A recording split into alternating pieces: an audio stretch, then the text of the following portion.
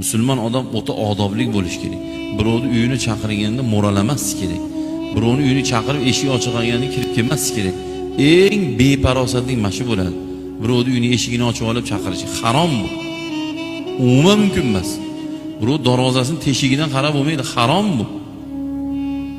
Hatto Alloh Qur'onda birovni uyini chaqirishni o'rgatgan, shu darajada muhimligi uchun. Chaqirasan deydi, kutasan.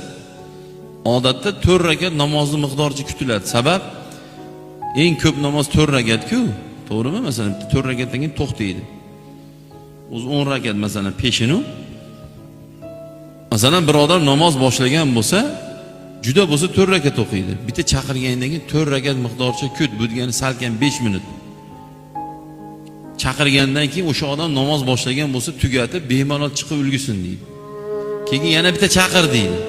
Yana kutgun deydi. Keyin yana bitta chaqir deydi, yana kutgun deydi. Chiqmasa indamay ketaver deydi.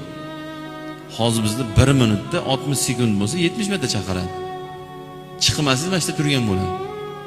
Aka bormi, siz uyda ichib turgan bo'ladi. Eng dunyoda yer kurrasi beparosat odam o'sha odam bo'ladi. Bu bir devor qo'shningiz degani kiravering degani emas-da u. Xotinlar ham borda, kiraveradi, to'g'ri kiradi, hayron qolasiz. Ha, so'rida balki er-xotin gaplashib o'tirgandir. Oradagi pauza endi tushunayotgandir sizlar. Bo'lishi mumkin, o'zim uyim deydi. Er-xotin hazlashib o'tirgandir balki. Chunki xotin bilan er xotin bilan hazlashadi, to'g'rimi? Xotin kim bilan kulishadi, kim bilan hazlashadi, kim bilan o'ynashadi? Kim bilan baqir-chaqir qiladi? Eri bilanmi? Shuning uchun birovning uyiga kirmaydi. Shuning uchun u devorda urish vojib, mana devor urish atrofga. Ba'zi bir qishloqlar borda devor yo'q. Shu mana. Devor vojib bo'ladi. Nimaga vojib desa, chunki uni ayolini siz, bizni ayolimizni u ko'rmasligi uchun devor uriladi.